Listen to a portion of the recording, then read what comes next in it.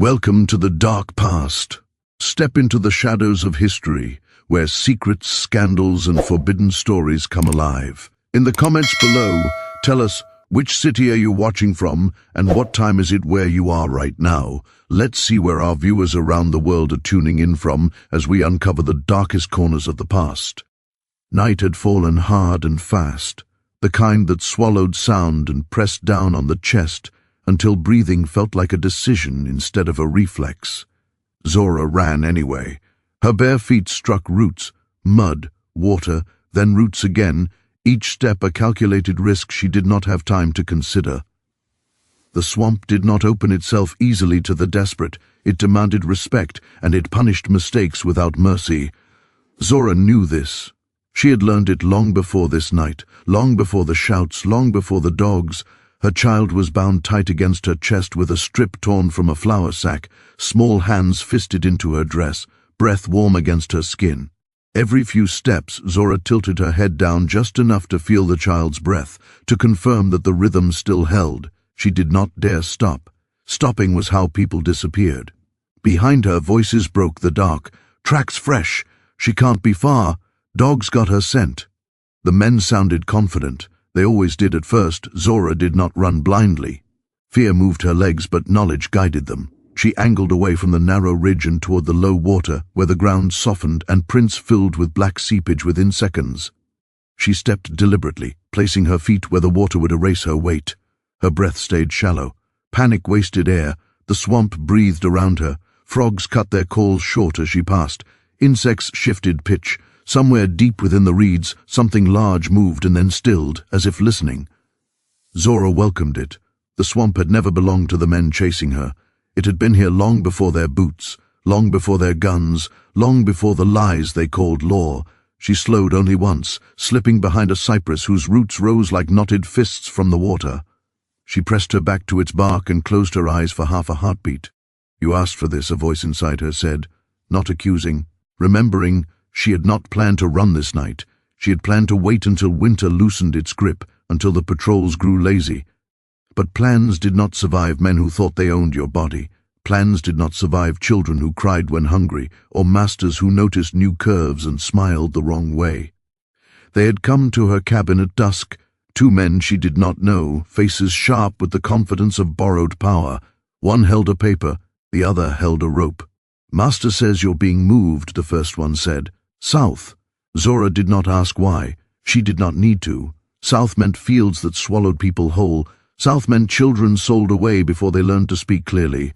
South meant never seeing this swamp again. She had looked at her child then, just long enough to make the decision permanent.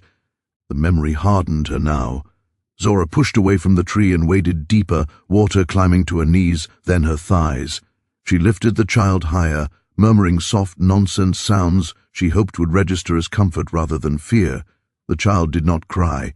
That, more than anything, frightened her. The dogs bayed closer. She could smell them now. Wet fur, raw meat, men's sweat carried on oil and metal. The hunters were spreading out, confident in their numbers, certain the swamp would do the work for them if they pressed long enough. They did not know what Zora carried with her. She had not brought charms or bottles. She had not brought powders wrapped in cloth. Those things were useful, yes, but they were not the heart of what she knew. What she carried was older and heavier, pressed into her bones by women who had survived long enough to teach. Her mother's voice rose unbidden in her mind. "Don't use what you don't understand. Don't call what you can't send away. And never, never use it for anger alone." Zora's fear did not feel like anger. It felt like clarity sharpened into pain. She reached a narrow channel where the water slowed and the ground beneath thickened into something like breathing flesh. She, too, ran sideways and slid into it, lowering herself until the water kissed her ribs. The cold bit hard, but she welcomed it. Cold steadied her. She reached into the mud with one hand and pressed her palm flat against it, fingers splayed. Her lips moved soundlessly, shaping words that were not prayers and not commands, but acknowledgments. "I know where I am," she thought. "I know who listens."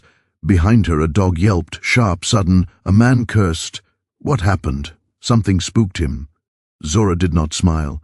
Hoodoo was not about triumph, it was about balance, about redirecting what already existed.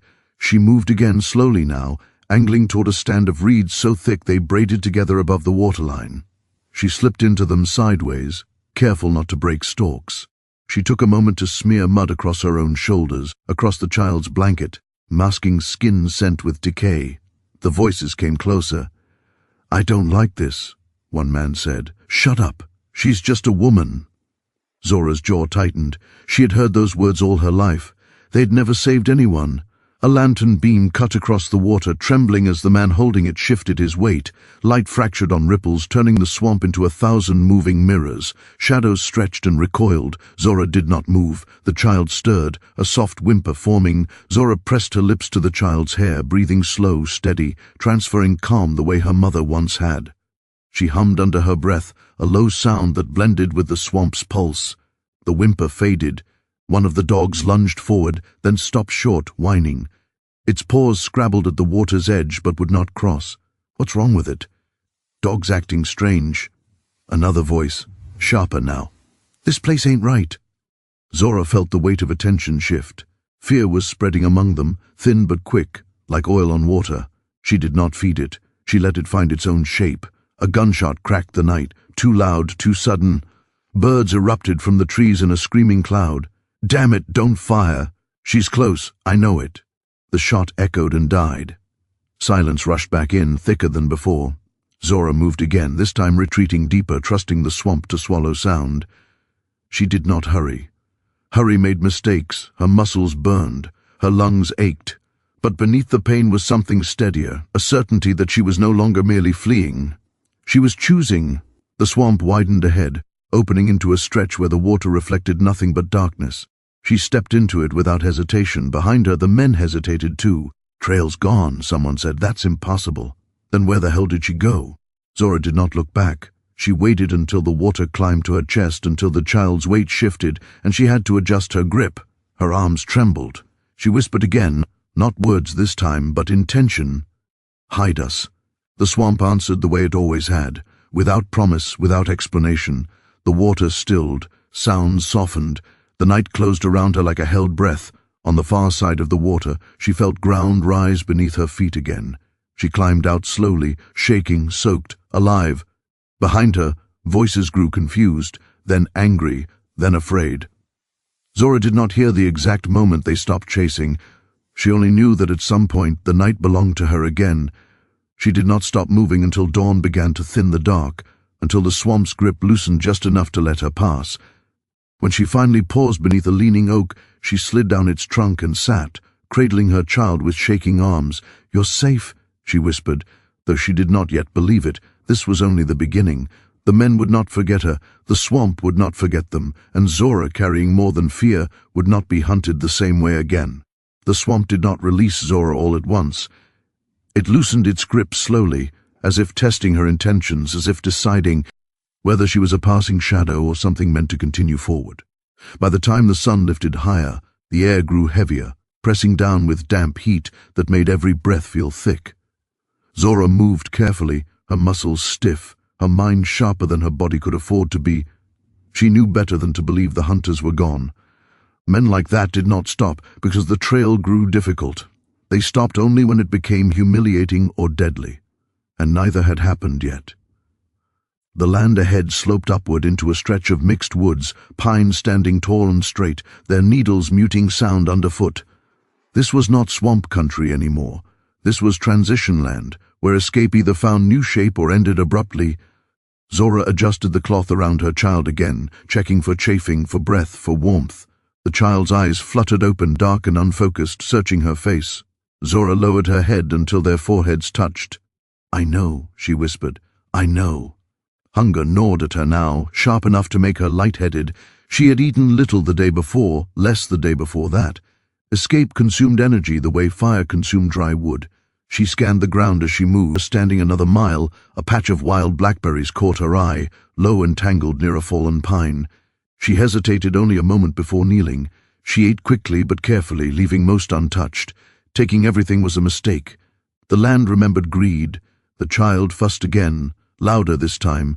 Zora stilled, listening. No voices, no dogs.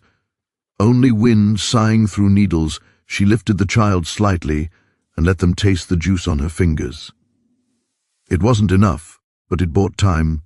Time was the only currency she had. She rose and continued on, angling north now, away from known routes, away from the places men expected runaways to go. She did not aim for towns or roads. Those were traps dressed as hope. She aimed for forgotten spaces, abandoned homesteads, old trails no longer worth maintaining, places that existed between attention. By mid-morning, the heat became oppressive. Sweat soaked her clothes anew, washing away layers of mud and scent she had worked so hard to apply. She cursed softly under her breath and veered toward a shallow creek, stepping into the water and wading upstream again, repeating the careful erasure of herself. It was there she saw the sign that told her the hunt had shifted, a broken branch, fresh, not animal. A boot print pressed into soft earth on the far bank. They were ahead of her. Zora's pulse spiked, then settled into something cold and focused. This was not coincidence. They had changed tactics, cut around, anticipated her movement. Someone among them knew the land better than she had hoped. She backed away from the creek slowly, heart pounding in her ears. She crouched behind a stand of young pines and pressed her palm against the earth again, grounding herself. Running blindly would kill her. Standing still too long would do the same. She closed her eyes and reached back into memory again, not to lessons but to warnings. Hoodoo was not a weapon you swung wildly. It was a door you opened knowing something might step through with you. She had avoided calling on it directly so far, relying instead on land knowledge and instinct.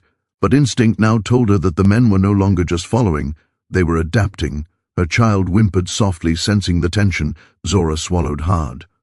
"All right," she murmured, so softly it barely disturbed the air. Just a little. She reached into the small pouch tied at her waist, something she had nearly forgotten she carried. Inside were 3 items she had taken without fully knowing why when she fled: a scrap of red thread, a small dried snake vertebra, and a pinch of grave dirt wrapped in cloth. Her mother's voice echoed again, clearer this time. "You don't use the dirt of the dead unless you're ready to owe them something." Zora hesitated.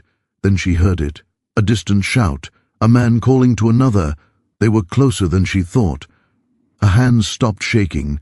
She pressed the dirt into the soil beneath her palm, mixing it with the living ground, not claiming it, but borrowing its memory. She tied the red thread around the vertebra with practiced fingers, knotting it once, then twice. Her lips moved, forming words that were not language, but intention shaped into sound. "Confuse what hunts me. Turn their certainty against them." The air shifted, not dramatically, not with thunder or light, but subtly, like a pressure change before rain.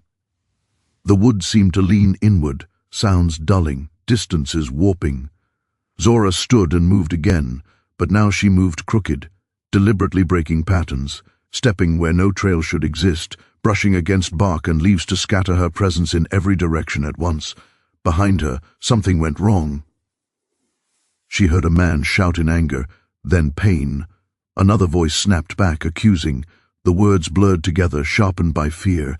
A gunshot cracked the air, too close. Zora flinched but did not stop. She ran now, not blindly but urgently, pushing her body beyond comfort, beyond reason. Her lungs burned, her legs screamed. She focused only on forward motion, on the weight of her child, on the promise she had made the moment she chose flight. The ground rose sharply, pulling her into higher terrain. Rocks replaced roots. Trees thinned. The sun broke through the canopy in harsh shards. She stumbled once, barely catching herself before falling hard. The child cried out, a sharp sound that cut through everything. Zora froze, heart hammering. She pressed her hand over the child's mouth gently, rocking, whispering nonsense, apologies, promises. The sound of pursuit surged again, boots pounding, men shouting, dogs barking wildly, no longer coordinated. "They're splitting up. I can't see straight. Damn it, what's happening?" Zora forced herself upright and ran again, tears streaking down her face without her noticing. The woods ended abruptly at a rocky outcrop overlooking a shallow ravine. She skidded to a stop, chest heaving, panic threatening to overtake discipline.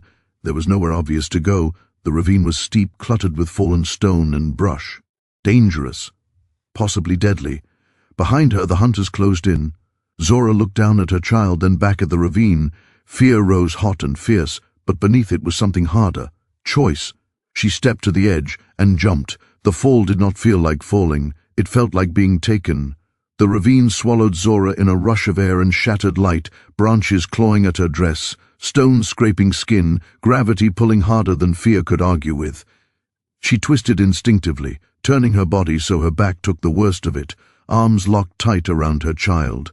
Pain flared white and sharp, then dulled into something distant as they struck the slope and slid the rest of the way down in a cascade of leaves and loose rock.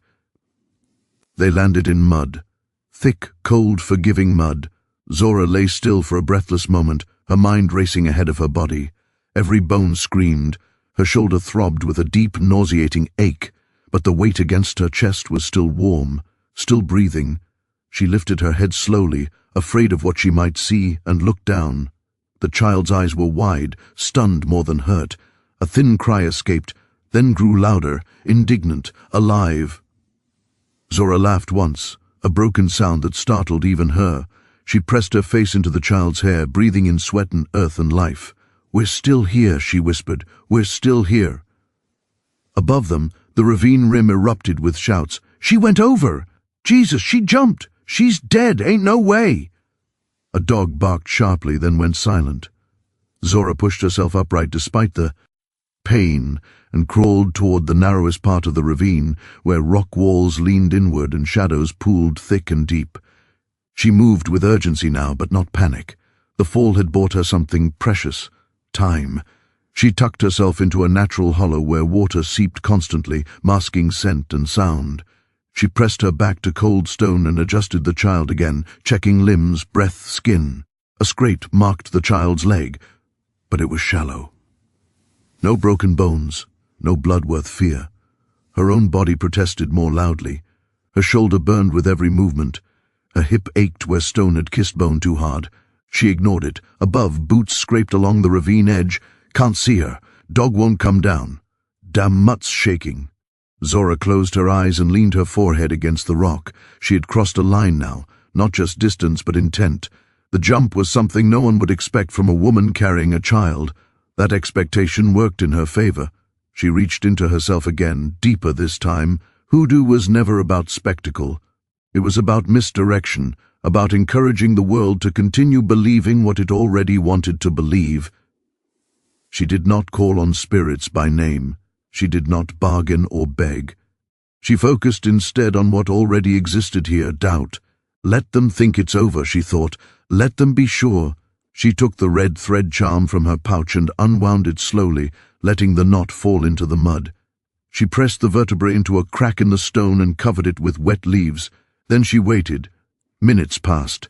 Then more. Voices drifted down, less certain now. "Ain't seeing nobody." She'd be smashed. "Unless she ain't." A pause. Tension. Another man spoke quieter. "I don't like this." The ravine seemed to hold its breath with Zora. Finally a decision. "We mark it. Come back later if we have to." Boots retreated. Voices moved off, frustration heavy in their tone. Zora stayed still long after silence returned, long after her legs went numb and her shoulder throbbed so hard it made her dizzy. She counted breaths, counted heartbeats. Only when the sun had shifted enough to change the angle of light did she move again. Climbing out the same way was impossible. Going deeper was the only option. The ravine narrowed into a rocky channel where water trickled steadily, cutting a path through stone. Zora followed it carefully, moving upstream, using rock and shadow to hide her progress. Each step sent pain flaring through her hip, but she welcomed it. Pain meant she was alive. The channel opened eventually into a shallow cave-like recess beneath an overhang. It was dry enough to rest, hidden enough to breathe. Zora lowered herself slowly and leaned back, exhaustion crashing over her like a wave she could no longer outrun. The child slept almost immediately, worn out by fear and motion. Zora watched the rise and fall of that small chest, anchoring herself to it. Her thoughts drifted, unbidden, to the women who had taught her. They had never promised safety, only possibility. She remembered her mother's face the last time she saw it clearly. Lined, calm, eyes sharp, even in fear. "You live long enough," her mother had said, "and you learn when to bend and when to break." Zora had bent all her life. Tonight she had broken something. She did not know yet what the cost would be. As dusk crept back in, bringing cooler air and longer shadows, Zora stirred. She ate the last of the berries she had saved and drank from the stream sparingly. She cleaned the scrape on the child's leg with water and a crushed leaf she trusted. Above them, somewhere beyond stone and tree, men were arguing, blaming dogs, blaming land, blaming each other. Zora felt no triumph, only resolve. When night fell fully again, she rose. Her body protested loudly now. But she moved anyway, easing out of the ravine and into a stretch of broken terrain few would choose willingly. She did not go far. She went smart. She crossed paths with an old trail used once by loggers and then abandoned. She followed it just long enough to scatter her presence, then left it abruptly, doubling back and crossing water again. She worked through the night, reshaping the story the land would tell about her. By dawn, she was gone from the ravine entirely. Behind her, the place would remember the jump, the uncertainty, the feeling that something had slipped beyond reach. Ahead of her lay deeper danger, harsher choices, and the growing awareness that survival was no longer her only task. She had become something the hunters would whisper about, and whispers, once born, were hard to kill. The land hardened as Zora moved farther from the ravine, trading shadowed stone and running water for dry ground that cracked underfoot. Dawn came thin and pale, lighting the world just enough to reveal how exposed she truly was. The forest here stood taller but offered less mercy, long lines of trees, fewer hiding places, and a ground that remembered every careless step. Her body was beginning to betray her. The ache in her shoulder had deepened into something sharp and persistent, flaring whenever she lifted her arm to adjust the child or steady herself against a trunk. Her hip moved stiffly, each step measured, each shift deliberate. She ignored the pain the way she had learned to ignore hunger and fear, by acknowledging it without letting it decide anything. The child woke hungry, fussing in short, urgent bursts that tightened Zora's chest with guilt. She slowed, then stopped beneath a stand of young oaks, lowering herself carefully to the ground. She loosened the cloth at her chest and let the child nurse, turning her body so they were hidden from any casual glance. As the child fed, Zora scanned the woods constantly. The land here carried sound farther, a snapped twig, a distant call. Everything felt closer than it was. She counted heartbeats again, a habit that steadied her when the world felt too large and too small at once. She could not stay long. When the child finished, Zora retied the cloth and rose, forcing stiffness from her limbs. She chose her direction carefully now, angling toward land that dipped again into broken terrain. Flat ground favored men with horses. Uneven ground favored those willing to bleed for it. The memory of the hunters above the ravine lingered like a taste she could not wash away. They had believed her dead, or at least broken. That belief was temporary. Men like that did not stay fooled for long. Doubt hardened into anger, and anger into renewed pursuit. By midday the air shimmered with heat. Zora's breath came shallow now, her mouth dry despite careful sips from passing streams. She found shade when she could, resting only long enough to slow her pulse before moving again. It was there, near a stand of scrub pine and palmetto, that she heard the sound that tightened everything inside her. Hooves, not close, but not far either. She froze, listening.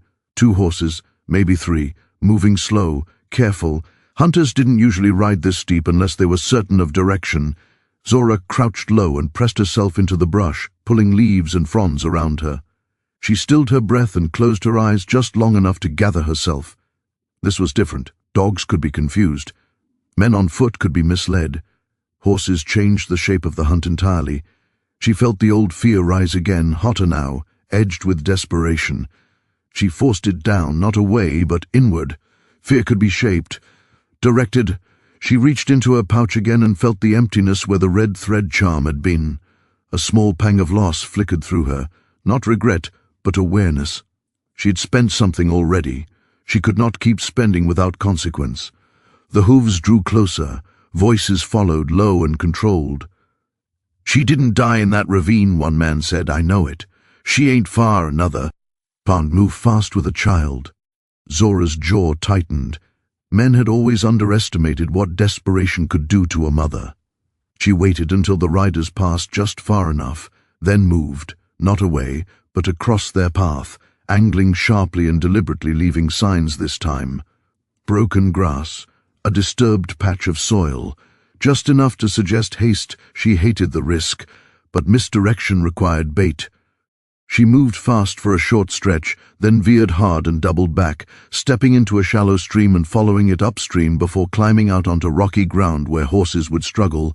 Behind her she heard it. There, tracks! They're fresh! The horses quickened. Zora did not run blindly. She led them toward trouble. The land rose again into a series of low ridges, broken by sinkholes and limestone outcroppings. She picked her way across narrow paths and sudden drops, trusting her balance more than her strength.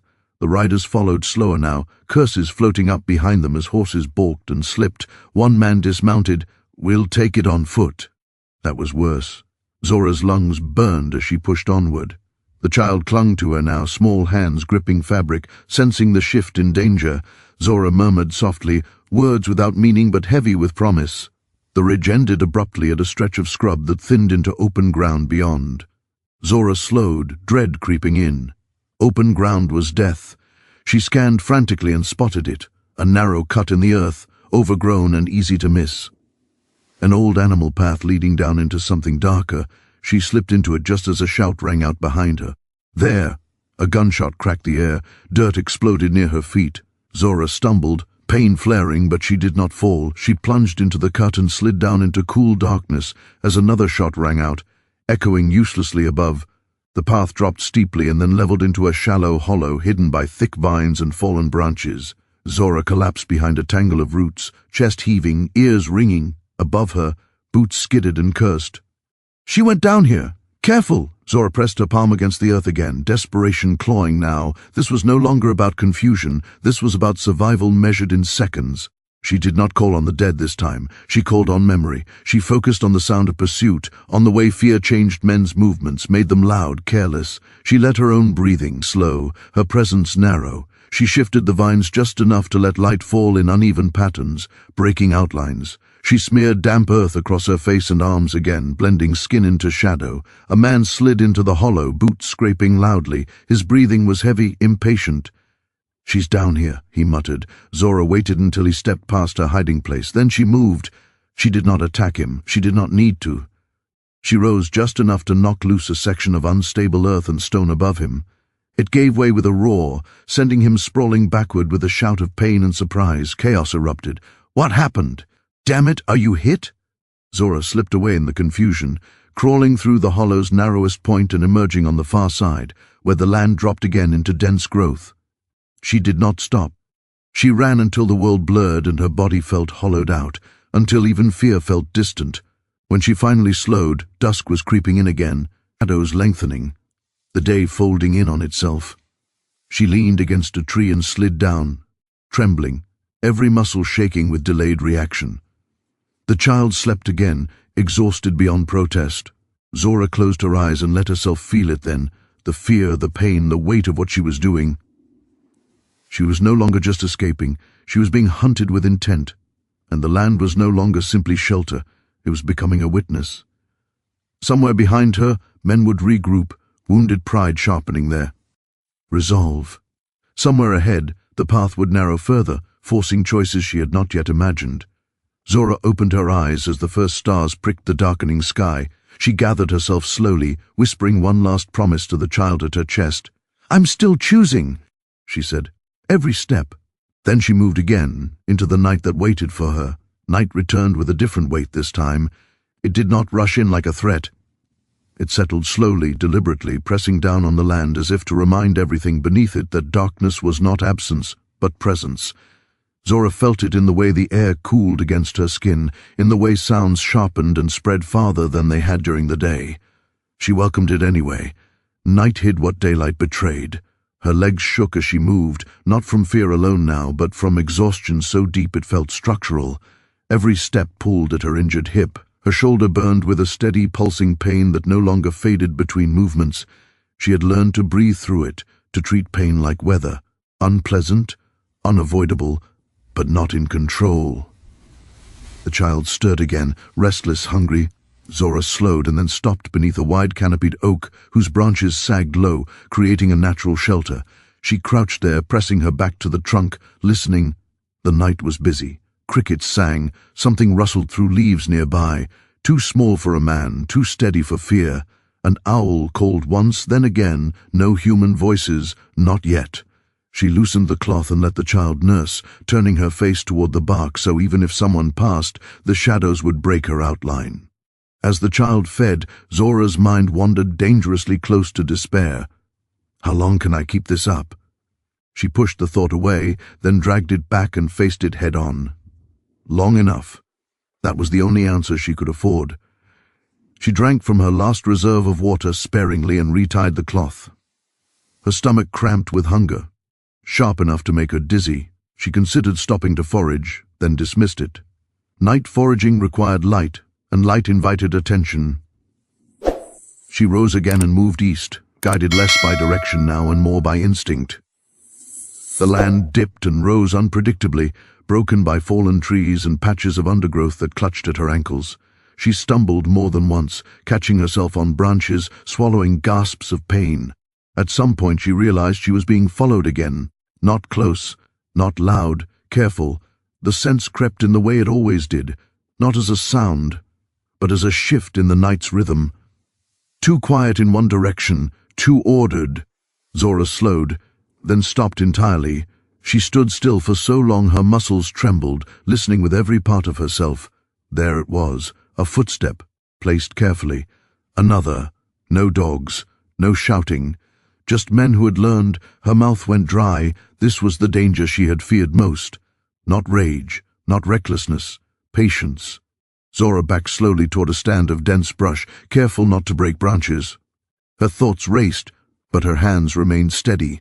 She reached into her pouch again and found it nearly empty. What she had left was small, too small for spectacle, too precious to waste. She hesitated. Her mother's voice came back again, uninvited but welcome. You don't use it to win. You use it to survive. Zora pressed 2 fingers to the ground and closed her eyes. She did not ask for protection. She asked for misalignment. She focused on the men behind her, on their certainty, on the way confidence narrowed perception. She shaped that certainty gently, the way one might bend a young branch without breaking it. She moved sideways, quietly, slipping deeper into the brush, then circled back in a wide arc, placing herself behind a cluster of fallen logs slick with moss. The men moved past her. She could hear their breathing now, low and controlled. One whispered to another, voice barely audible. She's slowing. Good. Zora bit down hard on the inside of her cheek to keep from reacting. As the last man passed, she reached down and shifted a loose stone with her foot, sending it skittering away into darkness. The men froze. There. 2 of them turned, moving toward the sound. The third hesitated. Zora used that hesitation. She slipped away in the opposite direction, crouched low, moving fast but silent, heart hammering so loudly she was certain it could be heard. She did not stop until the sounds of pursuit fragmented again, confusion rippling outward. Her lungs burned, her vision blurred. She kept going. The land opened suddenly into a clearing she had not expected, a shallow bowl where moonlight pooled and made hiding impossible. Zora skidded to a stop at the edge, dread flooding her veins. Open ground again. She turned to retreat, and found herself face to face with a man. They stared at each other for a heartbeat stretched thin as wire.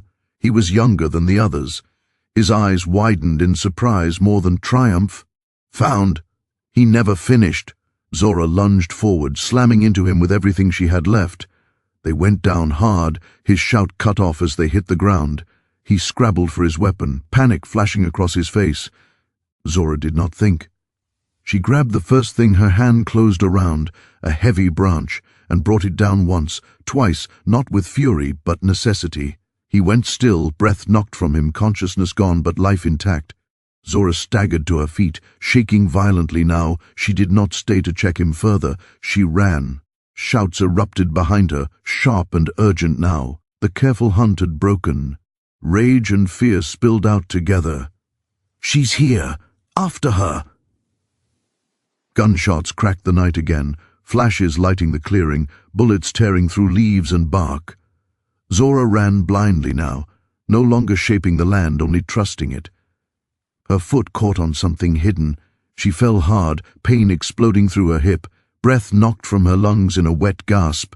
The child cried out, loud and frightened.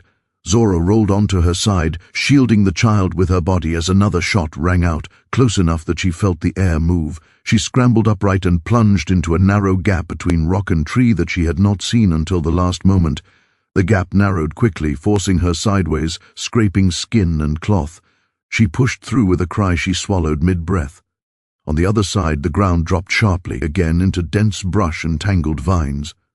Zora slid down, half falling, half running, branches tearing at her, blood streaking her arms. She did not stop until the sounds behind her faded into distance. When she finally collapsed, it was at the base of another tree, her body folding in on itself, every muscle shaking uncontrollably. She pressed her face into the child's hair and sobbed silently, shoulders hitching, tears soaking into cloth and skin. "I'm sorry," she whispered over and over. "I'm so sorry." The child quieted slowly, lulled by the familiar sound of her voice, unaware of how close everything had come to ending. Zora stayed there a long time, letting the night move around her, letting fear drain out drop by drop. She knew something had changed. The men would not give up now. Too much pride had been spent. Too much fear ignited, and she had crossed another line. She had stopped being just a woman running. She had become a problem. When she finally rose again, the moon was high and the night deep. Zora wiped her face, steadied her breath, and shifted the child higher against her chest. Her body was failing, but her resolve had hardened into something unbreakable. She moved on, deeper into land. Few men knew well, carrying with her not just fear and knowledge, but a growing certainty. The hunt would end, one way or another, and it would not end with her surrender. Dawn came grey and reluctant, like it too was unsure whether it wanted to witness what the land had become. Zora woke in pieces. First the cold, seeping into her bones, stiffening muscles already ruined by flight. Then pain, blooming everywhere at once, sharp enough to steal her breath. Last came memory, crashing back with no mercy at all, the men, the guns, the clearing, the fall. She did not open her eyes right away. She lay still, listening, counting heartbeats until the pounding in her ears slowed enough for other sounds to exist. Wind in the treetops, a distant bird call, the faint, wet rustle of something small moving through leaves. No voices, no dogs. Her fingers tightened reflexively around the cloth holding the child. Warmth there, steady breathing, alive. Only then did Zora let herself breathe fully. She pushed herself upright slowly, every movement deliberate. Her hips screamed in protest, sending a spike of nausea through her stomach. Her shoulder felt wrong, too loose, like something had shifted and never quite gone back. She tested her weight carefully, gritting her teeth as she stood. The land around her had changed again. The forest here was older, denser, the trees thicker and closer together, their roots crawling across the ground like exposed bones. Moss coated everything, swallowing sound, swallowing tracks. Good. She adjusted the child higher on her chest and took stock of what remained. Her pouch was nearly empty now. No water, no food.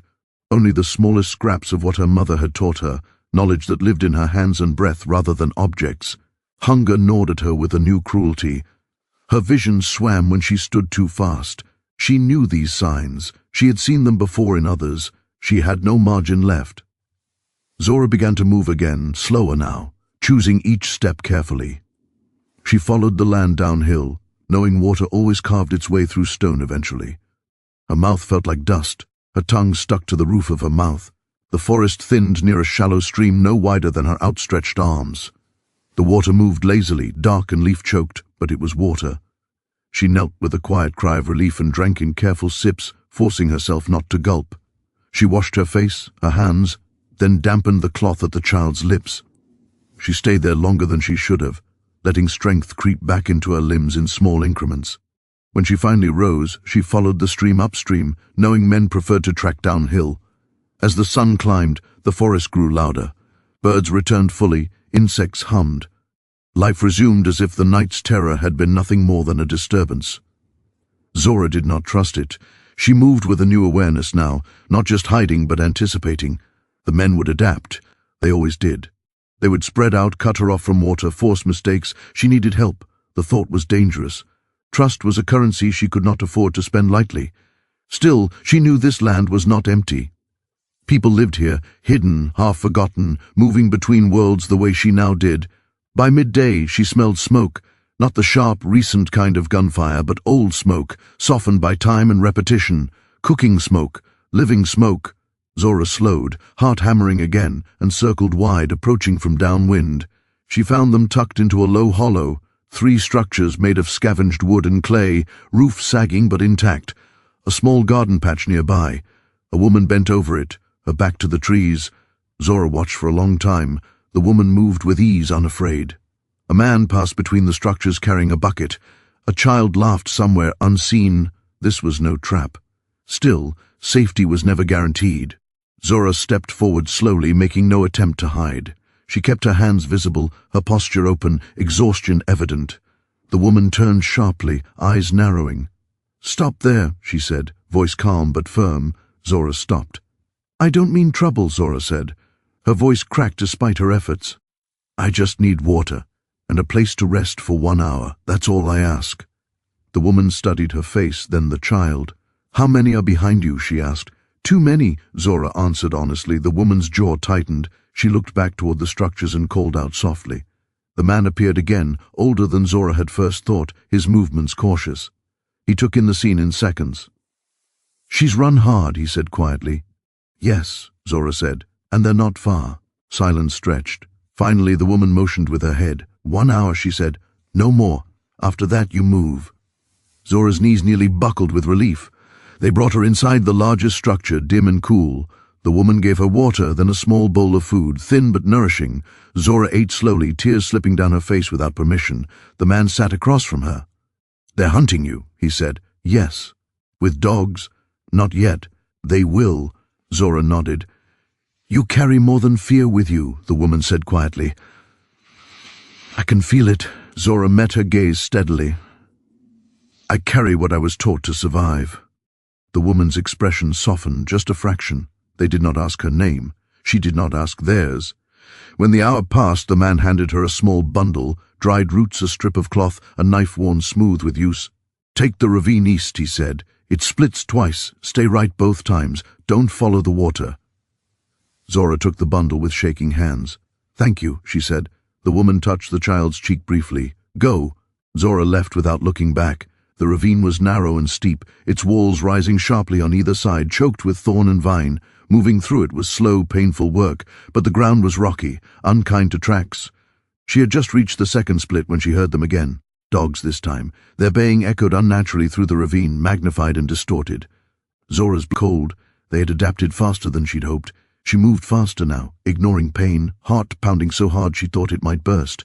The dogs drew closer, voices overlapping, eager. She remembered something her mother had once said, long ago: water confuses noses.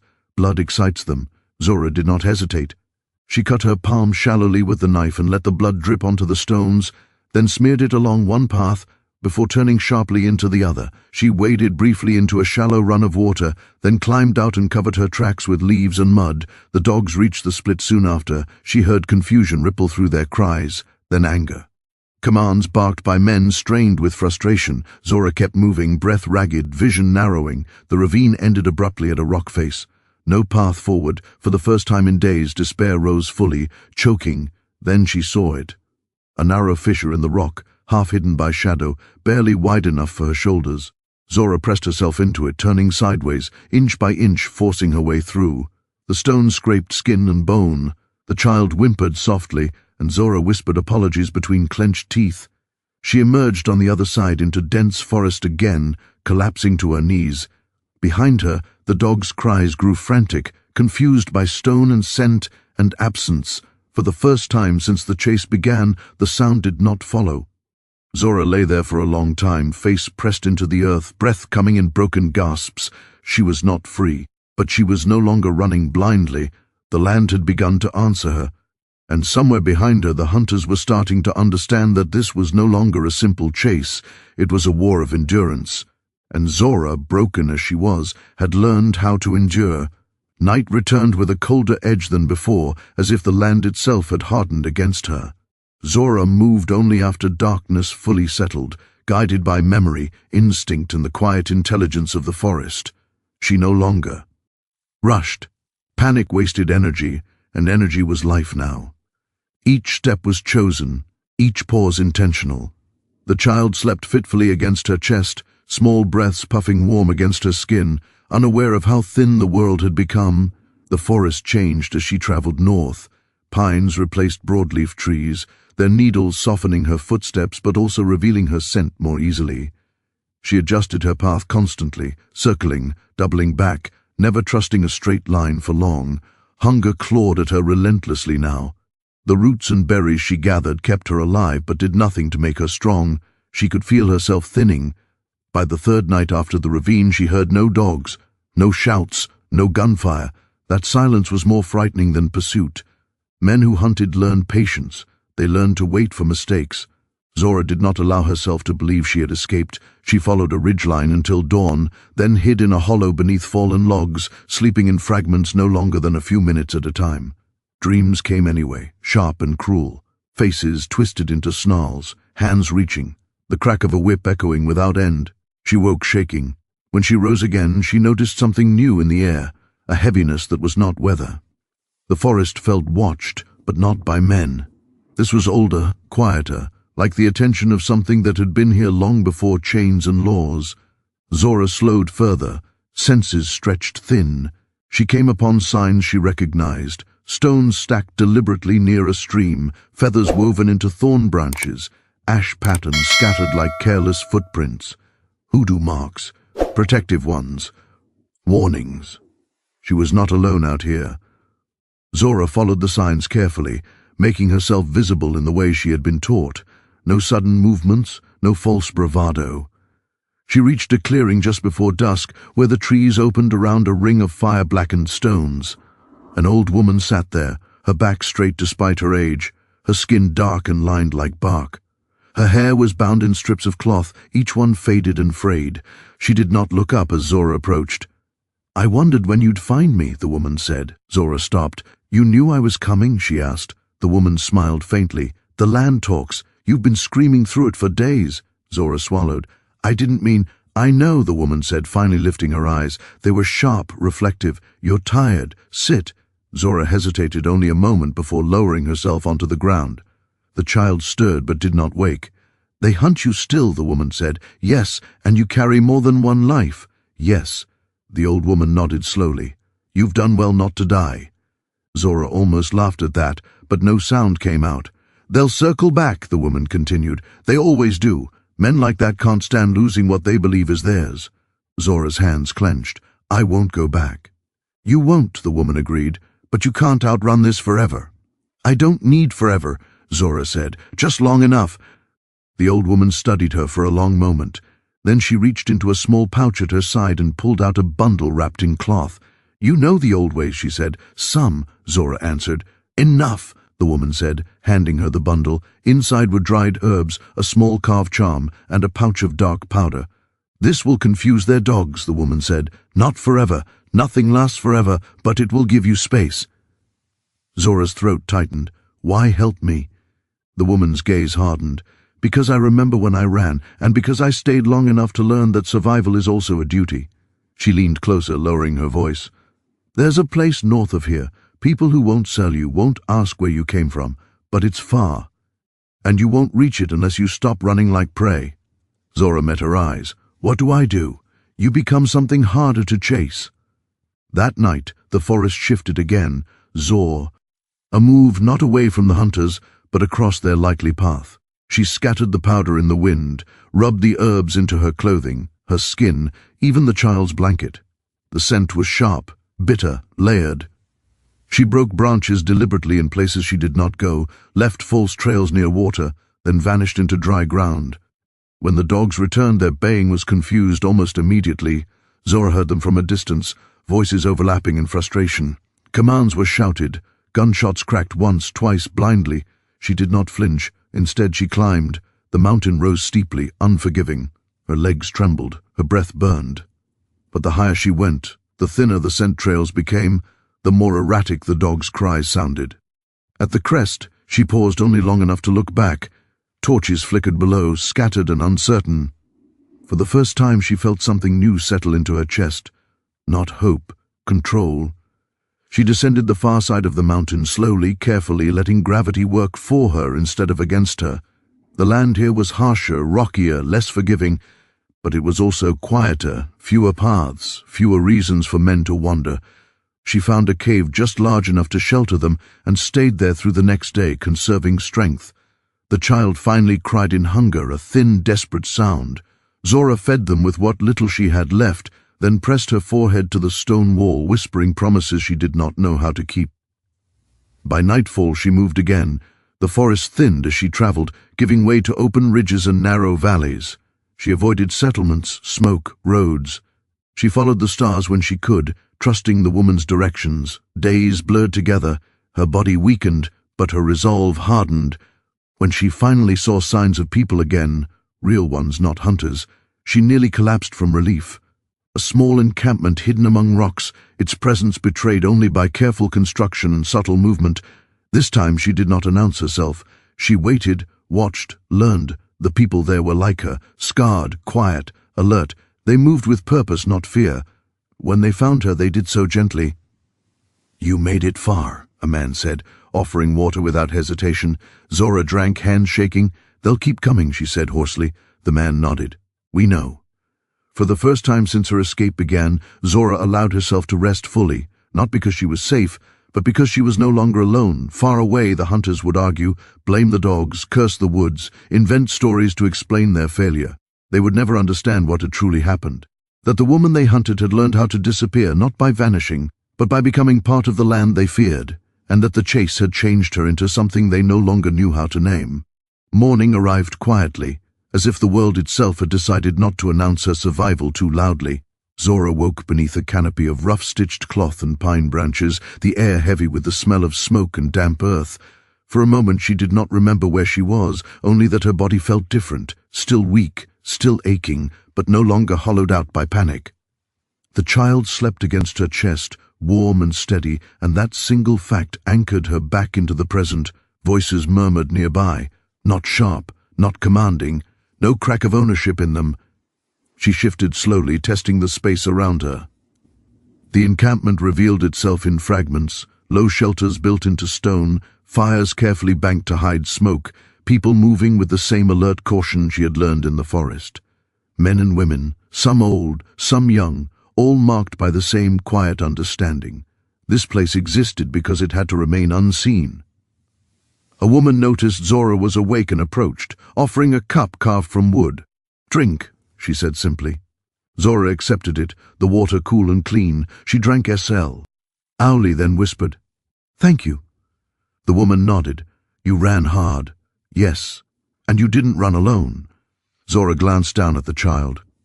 "That makes it harder," the woman continued, "and it makes it braver." Zora did not know how to answer that. As the day unfolded, she learned where she was. Not a destination, not freedom as people like to imagine it, but a crossing point.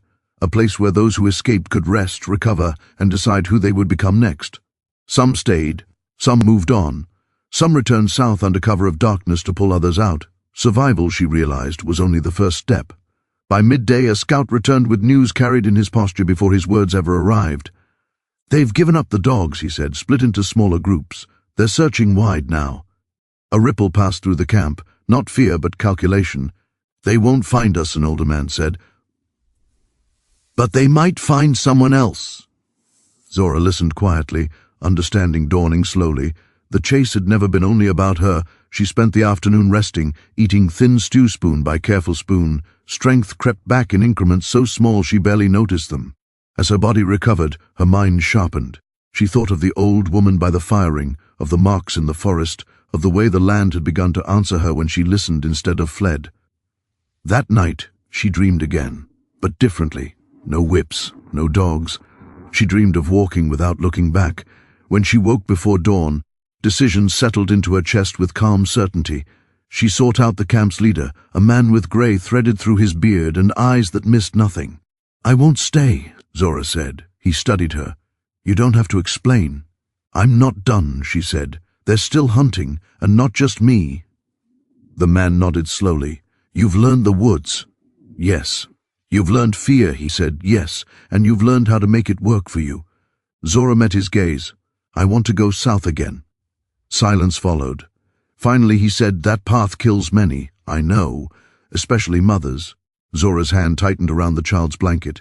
"Especially if we don't." By the next night she was gone again, but not the way she had left before. This time she moved with intention, with knowledge, with allies who understood that resistance did not always wear the shape of open violence. Sometimes it wore patience, sometimes misdirection, sometimes stories whispered just loudly enough to grow teeth. Zora became a shadow with purpose. She learned how to lay trails that pulled hunters miles off course, how to poison water just enough to sicken dogs without killing them, how to guide fugitives through land that swallowed sound and erased footprints. Her body hardened. Her fear transformed into something colder, steadier. Months passed. Stories began to circulate. Slave hunters spoke in low voices of a woman in the woods, of dogs that refused to track, of trails that led nowhere, of camps found emptied only moments before arrival. Some swore she could vanish into stone. Others claimed the forest itself protected her. Zora never corrected them. She moved constantly,